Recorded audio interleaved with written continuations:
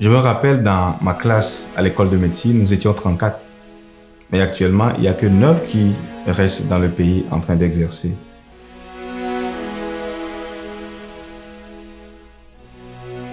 Je suis le dernier né d'une famille de 16 enfants.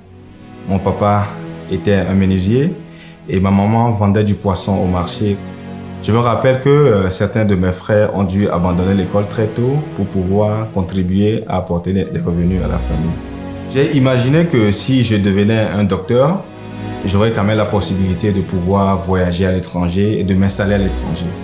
C'était la voie pour pouvoir sortir du système qui n'offrait pas assez de chances. En 2010, Mercyship est venu au Togo pour une mission de 10 mois. Et j'ai été sélectionné pour participer à un programme de formation en chirurgie de la cataracte.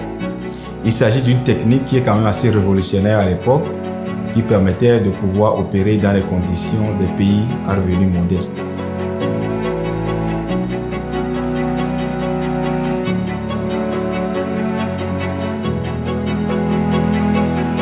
Vous imaginez que dans ces conditions, mes capacités chirurgicales ne peuvent que s'améliorer. Donc j'ai décidé à partir de ce moment de pouvoir servir mes populations et mettre mes capacités à disposition de ces populations qui en ont besoin. J'avoue quand même que les débuts n'ont pas été du tout faciles après la prise de cette décision de rester au pays. On avait les mêmes conditions de travail qui ne nous permettaient pas d'exercer avec facilité. Et la formation se faisait dans des conditions où les risques de complications étaient quand même assez élevés. Et ma femme n'y croyait pas du tout. J'ai demandé à mon mari qu'est-ce qu'il espère en restant au Togo. Est-ce qu'il a pensé à notre avenir? Est-ce qu'il a pensé à l'avenir des enfants? À partir de ce moment, je me suis dit, bon, c'est impossible.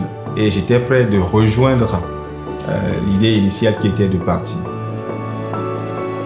Mais en 2012, Mercyship est revenu encore au Togo.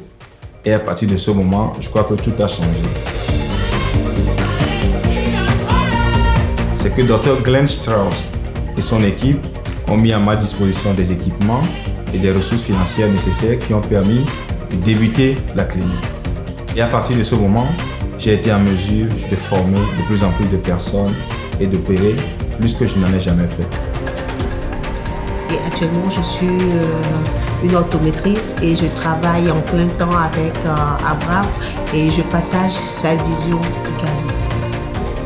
Sur les 10 dernières années, j'ai eu quand même à opérer plus de 15 000 cataractes, à former plus de 35 chirurgiens et aussi à monter une ONG qui permet aujourd'hui de pouvoir offrir les soins chirurgicaux gratuits aux personnes les plus démunies. Jusque-là, je pense que je me suis lancé sur la voie et on a commencé par avoir quelques résultats. Mais je me suis également dit, on peut faire encore mieux. Sur les 3 prochaines années, nous ambitionnons de former environ 18 chirurgiens ophtalmologistes vraiment assez réputés.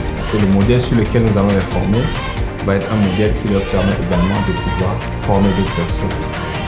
Et nous espérons par ce programme pouvoir apporter un supplément de 4000 opérations de la cataracte. Actuellement, je serais peut-être un chirurgien comme beaucoup d'autres de mes collègues qui ont décidé d'immigrer en Occident. Mais la décision de pouvoir croire à mon pays et de nourrir un rêve pour le Togo m'a permis de faire ce que je suis en train de faire actuellement. Et ceci n'est que le début.